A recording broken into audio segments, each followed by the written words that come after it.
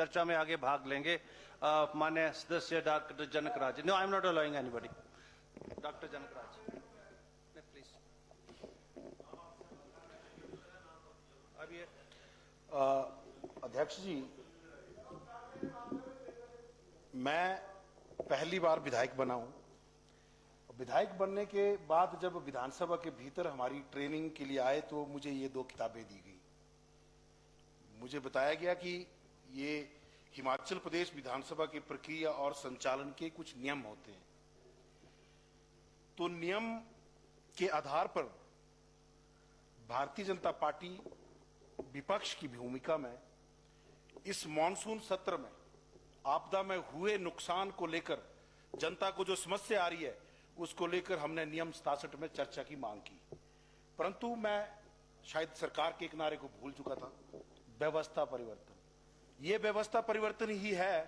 एक मिनट जनक जी, ऐसा इसके ऊपर रूलिंग आ चुकी है, अब इसके ऊपर बोलने की मतलब लेट मी कंप्लीट। मैं मुझे मतलब you just speak on the disaster. बिल्कुल सर, डिजास्टर पे बोलूंगा। Confine yourself to the district भूमिका तो district Chamba because you have a very short time. नहीं सर, वो you have a very so short there time. is a difference between to attract a matter please for discussion on जिसके ऊपर ruling आ चुकी है ना, nothing will go on record ना. This I have permitted under 02 to proceed over the 67. Please. Sir, Himachal Pradesh Vidhan Sabha के monsoon सत्र में इतना संवेदनशील मुद्दा जिस पर हम सब लोग आज चर्चा कर रहे हैं, मेरा सभी सदस्यों से विनम्र आग्रह है कि इस तरह के मुद्दों पर राजनीति नहीं होनी चाहिए। क्या नुकसान क्या केवल कांग्रेस विचारधारा के लोगों का हुआ है? नुकसान क्या केवल सत्ताधारी पक्ष के समर्थकों का हुआ है?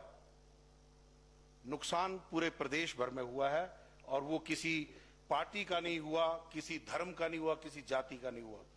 प्रदेश का प्रत्येक वर्ग, किसान, बागवान, टूरिज्म इंडस्ट्री से जुड़े लोग, ट्रांसपोर्टेशन से जुड़े लोग, सब लोगों का किसी न किसी रूप में कुछ न कुछ नुकसान जरूर हुआ है।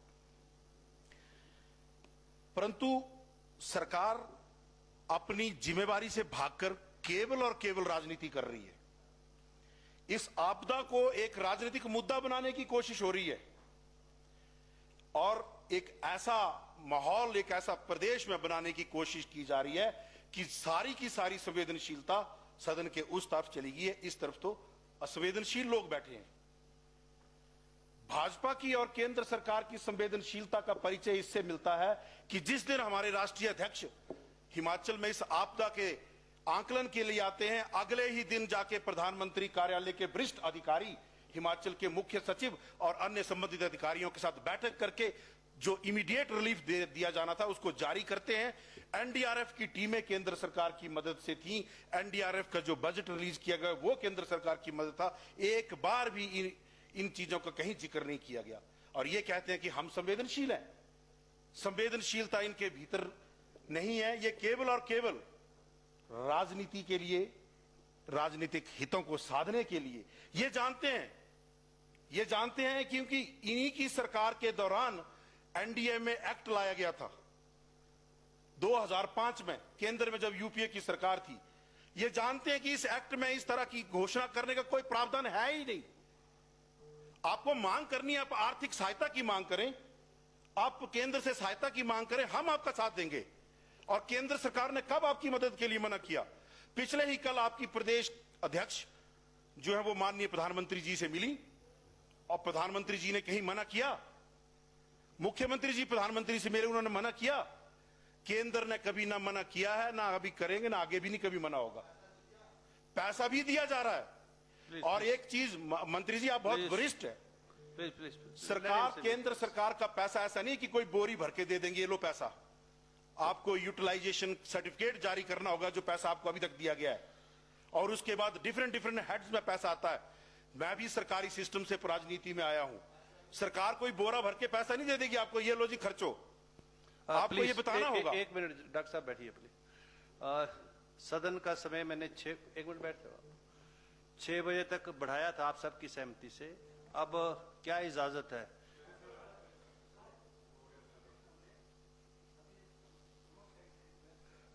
हर्षवर्धन जी, माननीय संसदीय कार्य मंत्री, माइक ऑन करें प्लीज। इनसे मेरी बात हुई, इनके भी बहुत सदस्य रहे, हमारे भी रहे हैं, विधायकों ने तैयारी की है। तो मुझे ऐसा लगता है कि अगर 1 घंटे बढ़ा करके जो विधायक रहे उनको आज मौका दे देते सर, 1 घंटा और बढ़ा कर आधा घंटा बढ़ाते हैं पहले। सब 2 निकल जाएंगे सर, 2 इनके रहे निकल जाएंगे, 2 हमारे निकल जाएंगे। आधा घंटा काफी है। 1 कर लो सर, 1 घंटा करो सर, 1 घंटा 7 कर लो सर, 7 बजे 1 तक घंटा? कर लो। 1 घंटा सर, 7 चलो बजे इस तक माननीय सदन की बैठक 7 बजे तक बढ़ाई जाती है। अब you continue with your speech please, बी धन्यवाद। Limited please please please. Disaster पर आओ, कंस्ट्रक्टिव डिजास्टर पर ही, सॉल्यूशन दो, नेशनल हाईवे पर बोलो जी। होली पर बोलो, बरमौर पर बोलो।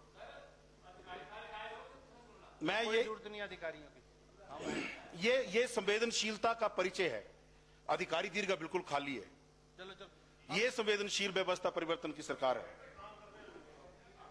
इस वक्त आपदा से ज्यादा महत्वपूर्ण कोई कार्य नहीं है। किसी भी राज्य के पास इतने संसाधन नहीं होते कि इस तरह की आपदा से वो अपने दम पर निपट सके।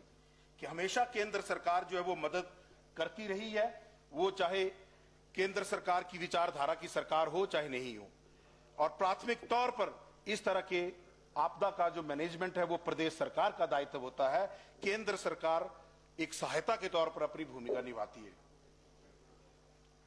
परंतु वर्तमान प्रदेश सरकार इस मुद्दे को ट्विस्ट देकर राजनीति कर रही है। प्रदेश सरकार का बार बार ये रट लगाना कि इसे राष्ट्रीय आपदा घोषित करो, ये पिछले अपने 9 महीने के कार्यकाल की नाकामयाबी का ठीकरा प्रकृति और केंद्र सरकार पर फोड़ने की तैयारी है। ये एक साजिश का हिस्सा है। इसलिए मैं सरकार से यह आग्रह करता हूं कि इस राष्ट्रीय आपदा की रट को छोड़कर आर्थिक सहायता के प्रस्ताव की मांग करें, जिसके लिए हम सब लोग आपका साथ देंगे। क्योंकि भारत देश यशस्वी प्रधानमंत्री श्री नरेंद्र मोदी जी के नेतृत्व में इस तरह की आपदा से निपटने में सक्षम है। अध्यक्ष जी, हमारी सरकार के समय एक इतनी बड़ी आपदा, पूरी दुनिया ने जिस आपदा को पहली बार देखा, कोविड, उस तरह की आपदा आई। हमने तो कोई बाजू मरोड़ने वाली राजनीति नहीं की। आप डिजास्टर पर बोलो प्लीज। जी, राज्य आपदा घोषित करने की मानसिकता को प्रदेश की जनता अब समझ चुकी है। ये केवल और केवल अपनी नाकामयाबी को दूसरे के ऊपर डालने की एक साजिश है। ये भी जानते हैं कि नियमों और प्रावधान के तहत सरकारें चलती हैं। ये कोई रजवाड़ाशाही नहीं है कि राजा के मन में आएगा तो ये घोषणा कर दो। एक नियमों और प्रावधान के तहत हम सब लोग बंधे हैं। परंतु यहां आलम यह है कि जो अच्छा काम कर रहे हैं वो हम कर रहे हैं, जो बुरा हो रहा है या नहीं हो पा रहा है वो केंद्र की वजह से नहीं हो पा रहा। कि दाने दाने मेरे, छिलके छिलके तुम्हारे।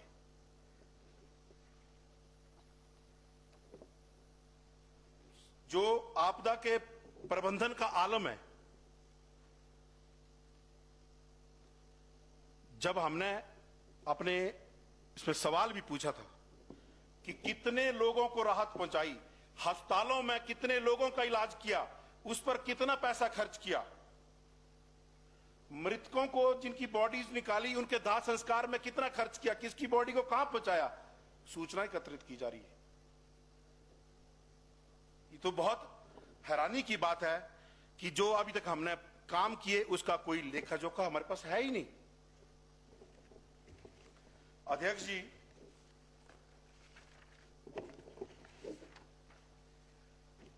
जिस दौरान ये आपदा आई थी, 1-2 बार मुझे शिमला से अपने विधानसभा क्षेत्र आने जाने का मौका मिला,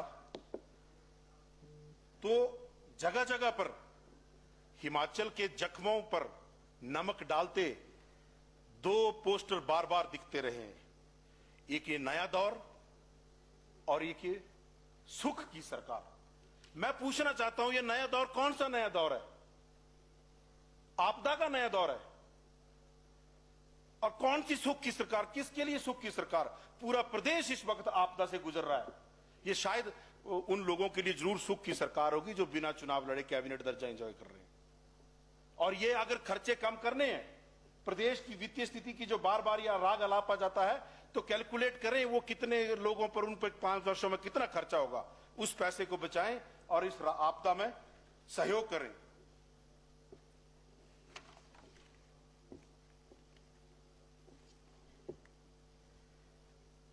अध्यक्ष जी, एनडीएमए एक्ट में इस तरह की आपदा को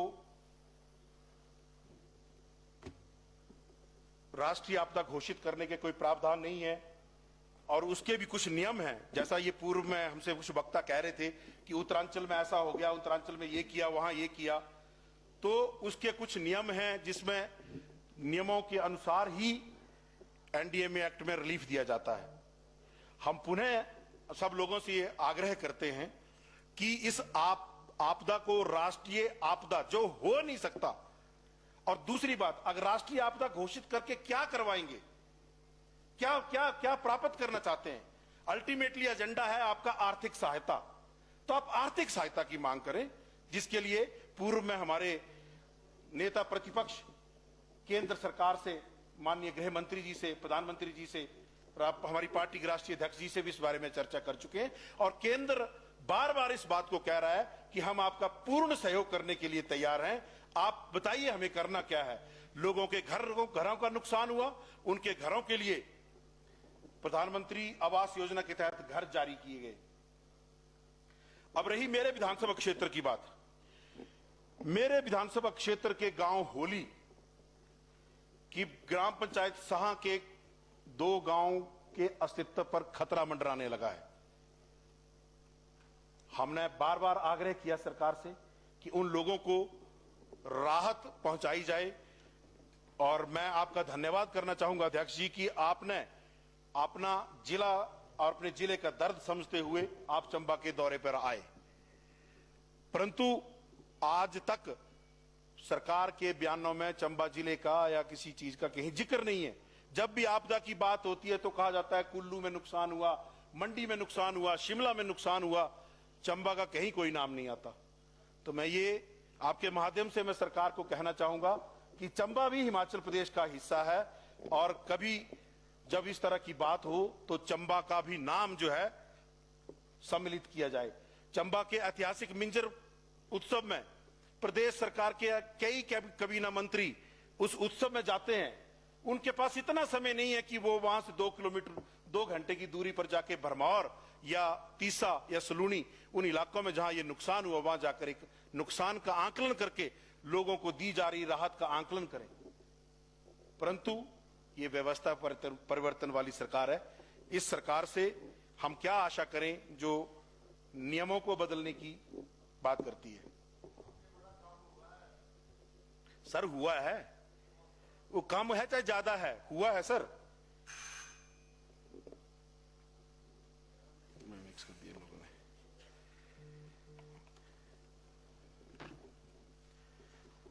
तो राहत पैकेज जो 26 तारीख को मुख्यमंत्री जी जो ये घोषणा करने जा रहे हैं, इसमें कुछ सुझाव जो राजनीति से प्रेरित बिल्कुल नहीं है, क्योंकि नुकसान केवल कुछ जिलों में या कुछ स्पेशली कुछ वर्ग का नहीं हुआ।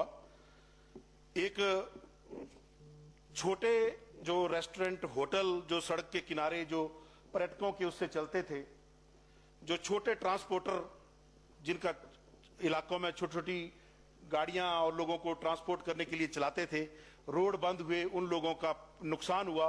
तो राहत मैनुअल में इस तरह के छोटे कारोबारियों कर्मचारियों के लिए भी कुछ न कुछ जो है वो प्रदेश सरकार राहत प्रदान करे। और साथ ही साथ जो घर आज की डेट में 1.5-2 लाख में कुछ भी नहीं आता, हमारे जैसे क्षेत्रों में तो 1.5-2 लाख सड़क से जमीन तक पहुंचाने का कैरेज लग जाता है।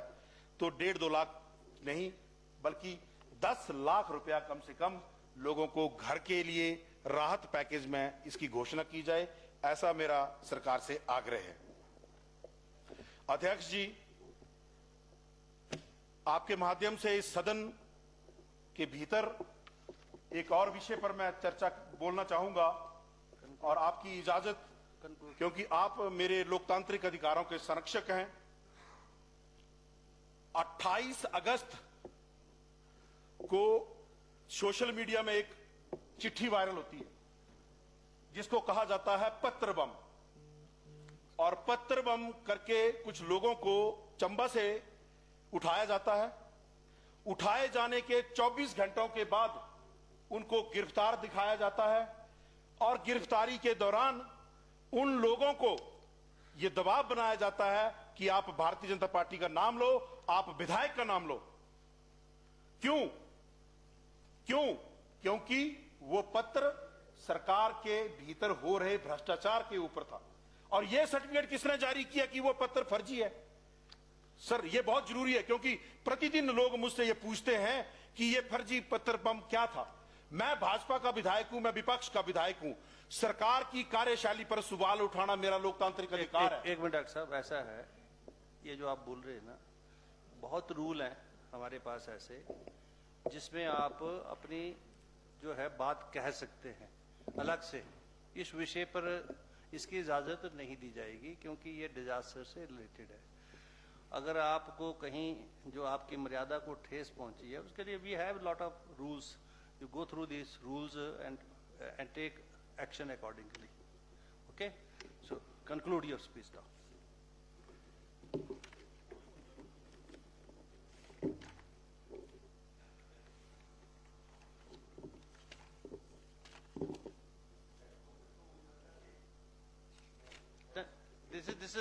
This is a matter of the privilege in any case. If he wants to proceed, he can proceed with under the rules.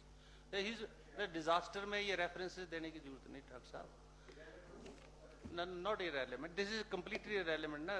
किसी सरकारों की, केंद्र सरकार की, मंत्रियों की, प्राइम मिनिस्टर्स की कंपैरिजन तो चलो ठीक है, अब इसकी जरूरत नहीं है ना, इसकी जरूरत है। मतलब प्रतिदिन सर लोग मुझसे पूछते हैं, चलो ना, you can move for privilege. मुझे जवाब देना इस चीज का, और सदन के माध्यम से मैं पूरे हिमाचल की जनता को जवाब देना चाहता हूं कि सच्चाई क्या है। Nothing will go on record for this, nothing.